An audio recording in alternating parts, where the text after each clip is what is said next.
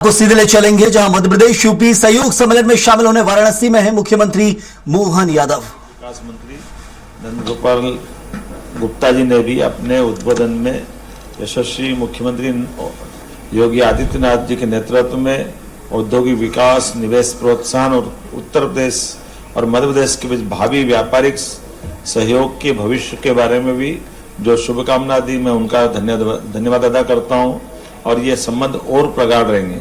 ऐसे ही सम आदरणीय एमएसएमई मंत्री माननीय राकेश चांद जी द्वारा भी माननीय योगी आदित्यनाथ जी मुख्यमंत्री उत्तर प्रदेश सरकार के नेतृत्व में जिस प्रकार से सूक्ष्म लघु मध्यम उद्योगों ने उत्तर प्रदेश सरकार के माध्यम से एक विशेष पहचान बनाई, वो समान रूप से मध्य प्रदेश सरकार के साथ भी इसी प्रकार से आगे बढ़ने के आपने विचार व्यक्त किए। मैं आपका भी आभार मानता हूँ। खास करके मध्य प्रदेश शासन के भी हमारे सभी अधिकारियों के साथ औद्योगिक नीति और निवेश प्रोत्साहन विभाग, एमएसएमई विभाग, इनके सभी अधिकारियों के साथ हमने भी हमारी अपनी संभावनाओं पर भविष्य में एक लंबी छलांग लगाने का संकल्प लिया है। इस सम्मेलन में मुख्य रूप से हमारा आकर्षण उत्तर प्रदेश और मध्य प्रदेश के बीच 2 एमओयू करने पे भी रहा है।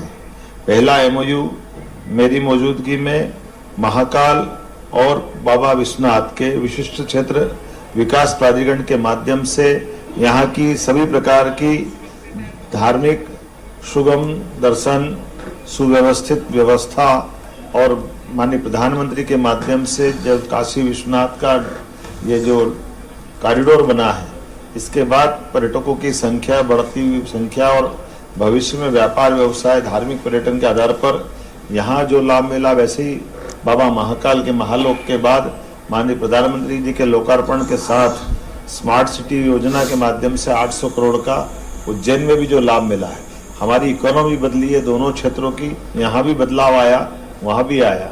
बड़े पैमाने पे धार्मिक पर्यटन के संख्या के साथ बाकी संभावना पे भी बहुत अच्छा काम हुआ है। ऐसे में हमने अपने दोनों मंदिरों की प्रबंधन की व्यवस्थाओं में साझा चर्चा करते हुए, जैसे बीते कुंभ में दर्शनार्थियों की व्यवस्थाओं के साथ यहाँ बाकी व्यवस्था भी किस प्रकार से रखी जा रही है, उसी प्रकार से बाबा महाकाल के दर्शन में सामान्य दर्शन के साथ साथ विशेष अवसर पर आने वाली बड़ी भीड़ के प्रबंधन में भी बनारस के अनुभव साझा करते हुए अधिकारियों को भविष्य में और अच्छे से टेम्पल व्यवस्था को जोड़ करके धार्मिक पर्यटन को बढ़ावा देने के लिए कैसे कर सकते हैं, उस पर विचार करने के लिए एमओयू किया गया। और एक एमओयू हमारा 1 डिस्ट्रिक्ट 1 प्रोडक्ट ओडीओपी को पहल को मजबूत करने का, स्थानीय उत्पादों को राष्ट्रीय स्तर पर पहचान दिलाने का और अंतर्राज्यीय सहयोग के माध्यम से आर्थिक विकास को मजबूत करने की दृष्टि से किया गया है। दोनों राज्यों के ओडीओपी उत्पादों का आदान प्रदान किया गया, स्थानीय उत्पादों को राष्ट्रीय और अंतर्राष्ट्रीय बाजार में उनकी पहचान दिलाने का, भविष्य में मार्केट उपलब्ध कराने का एक बड़ा निर्णय हुआ है।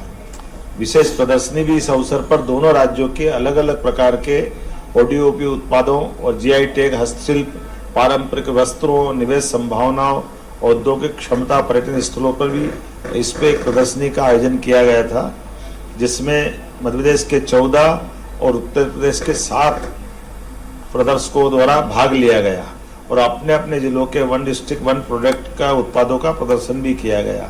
दोनों राज्य के प्रदर्शकों द्वारा हस्तशिल्प, वस्त्र, खाद्य उत्पाद, जीआई टैग उत्पाद और अन्य स्थानीय विशिष्ट उत्पादों का भी प्रदर्शन के स्टॉल लगाए गए थे। मुझे इस बात की प्रसन्नता है, इस प्रदर्शनी के माध्यम से अपनी समूची जानकारी, गुणवत्ता, डिजाइन, पैकेजिंग, ब्रांडिंग, मूल्य निर्धारण, निर्यात संभावना और अंतर्राष्ट्रीय बाजार की मांग और लॉजिस्टिक जैसे विषयों पर गहन संवाद का भी अवसर मिला है, जिसके माध्यम से भविष्य की नवाचार और बाजार रणनीतियों का लाभ दोनों प्रतिस्पर्धी की दृष्टि से उत्पादों के इस प्रदर्शकों को मिलेगा। 2 अलग अलग सत्र में हमारा ये कार्यक्रम संपादित हुआ। एक ज्वाइंट आर्टिजन वर्कशॉप सम्मेलन, दूसरा टूरिज्म राउंड टेबल सम्मेलन, जिसमें दोनों सेक्टर को लेकर भविष्य की संभावना पे काम हुआ है। एमपी यूपी सहयोग सम्मेलन के माध्यम से भविष्य में अन्य राज्यों के लिए भी एक बेहतर अवसर उपलब्ध रहेगा। और खास करके मध्य प्रदेश और यूपी का संबंध तो सदियों से है। भगवान राम ने अयोध्या के बाद चित्रकूट में 11 वर्ष बिताए थे। इसी प्रकार से भगवान कृष्ण ने भी कंस के काल में कंस को मारने के बाद उज्जैन में शिक्षा ग्रहण की। हमारी कई राज्यों की सीमा, कई जिलों की सीमा दोनों की साझा है। ऐसे बुंदेलखंड से लगा करके महाकौशल का, विंध्य का और चंबल का, ये हमारा साझा बेल्ट है। भविष्य में हमारे और संबंध प्रगाढ़ हो। आपस में 2 सेक्टर में पहले से काम चालू हुआ है। एक सोलर क्षेत्र में मध्य प्रदेश और उत्तर प्रदेश मिलकर के हमारी नवकरणीय ऊर्जा के क्षेत्र में 2000 मेगावाट पे सोलर परियोजना के आधार पे काम करने के लिए हम आगे बढ़ रहे हैं। इसी प्रकार से समान रूप से केन बेतवा नदी जोड़ो अभियान माननीय प्रधानमंत्री के आशीर्वाद से ये बुंदेलखंड के दोनों तरफ के जिलों के लिए एक वरदान की तरह है। जब भारत सरकार 90% ग्रांट देगी, 1 लाख करोड़ की ये बड़ी परियोजना जो क्षेत्र के निवासियों के पीने के पानी, खेतों की सिंचाई के पानी और औद्योगिक संरचनाओं के लिए भी बड़ी महत्वपूर्ण भूमिका अदा करेगी।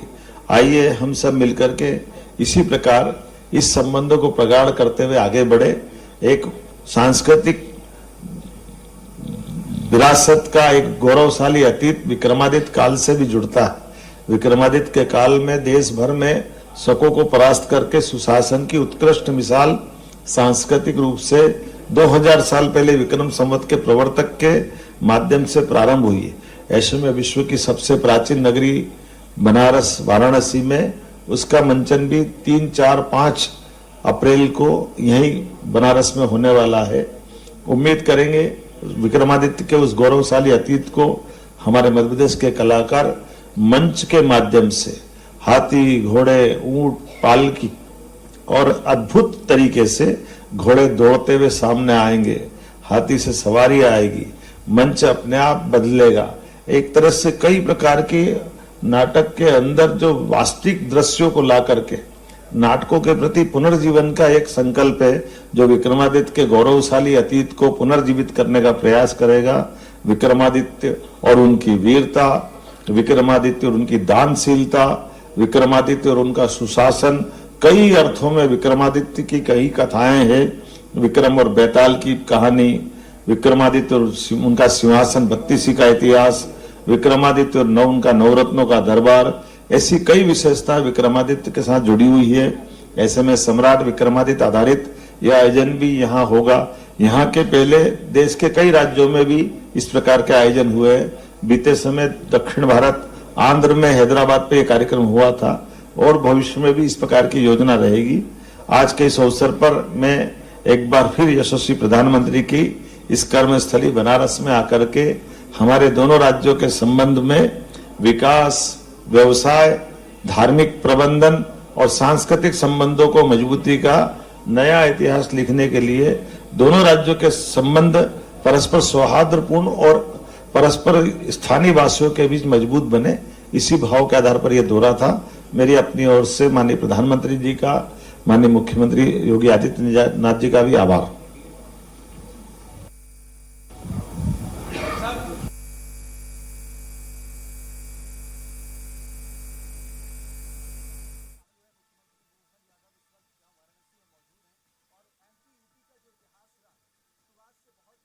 समय से व्यापार का सहयोग हो, संस्कृति का सहयोग हो, वही समझाते नजर आ रहे थे कि कितने जिलों की सीमाएं देखिए आप, अलग अलग क्षेत्र बदल जाते हैं लेकिन एमपी यूपी की सीमाएं लगातार जहां लगी रहती है, विंध्य से लेकर बुंदेलखंड और चंबल तक, तो जिलों के साथ अब जिलों का संबंध बढ़ने वाला है। जिले के अंदर के उत्पादन को दूसरे राज्य के जिलों में खपाया जाएगा। इन सब चीजों को लेकर व्यापारिक उद्योग जो है वो अब जिला स्तर पर देखने को आपको मिलेगा। मध्य प्रदेश और उत्तर प्रदेश के जो जमीनी संबंध अब जुड़ने वाले हैं।